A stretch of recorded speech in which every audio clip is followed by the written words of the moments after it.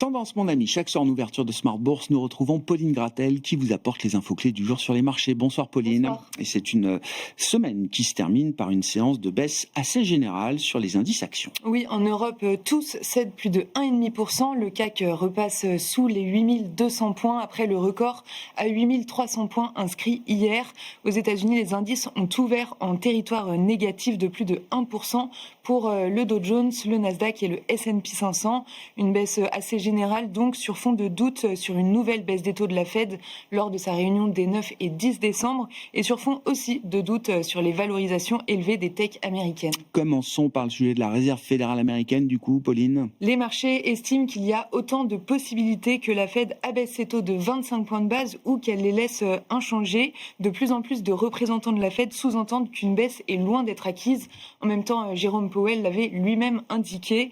Par ailleurs, la Maison-Blanche a confirmé que le rapport sur l'emploi d'octobre serait bien publié, mais certainement sans le taux de chômage. Et puis la question des valorisations, notamment sur la tech américaine, revient au centre du jeu. Non pas que ces valorisations soient particulièrement plus élevées aujourd'hui qu'il y a 15 jours, mais en tout cas, c'est un sujet qui inquiète désormais les investisseurs. Oui, ce sujet avait donc commencé à inquiéter les investisseurs au début du mois avec des niveaux qui défient les lois de la gravité. Le déclencheur, ça avait été Palantir lors de sa publication et plus récemment, c'est Oracle qui inquiète sur l'ampleur des investissements colossaux annoncés dans l'IA sur les prochaines années.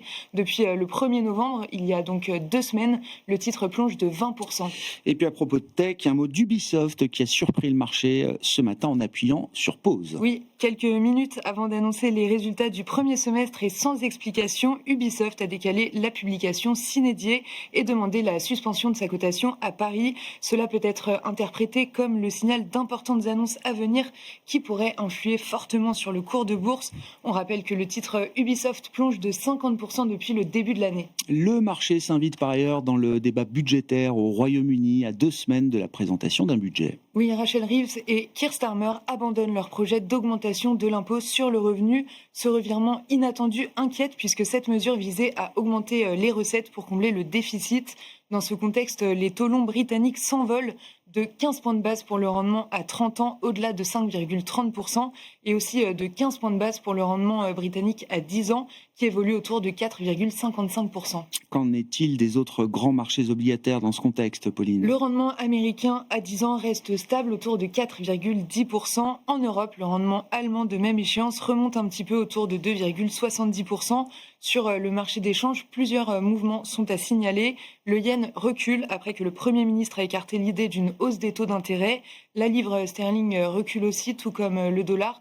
Le dollar qui s'est stabilisé ensuite avec un euro-dollar autour de 1,1630. Du côté de la microéconomie, quelques publications encore, et notamment celle de Richemont, avec un titre qui bondit de 5% et plus même après cette publication de résultats. Oui, la croissance de ces ventes accélère au deuxième trimestre et ce, malgré les tarifs douaniers de 30%.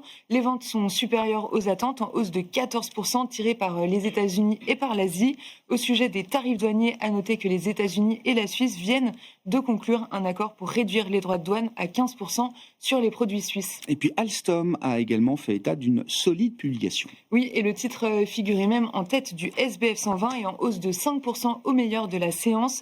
Alstom fait état de résultats supérieurs aux attentes pour le premier semestre de son exercice 2025-2026 et relève ses objectifs de croissance organique et de chiffre d'affaires.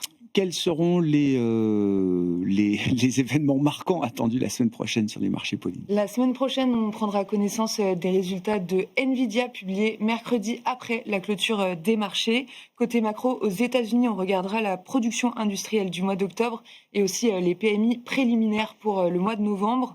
En zone euro, on prendra connaissance de l'inflation en seconde lecture pour le mois d'octobre et aussi de l'inflation britannique pour octobre mardi. Merci beaucoup, Pauline Gratel, avec nous chaque soir en ouverture de Smart Bourse et elle vous apporte les infos clés du jour sur les marchés.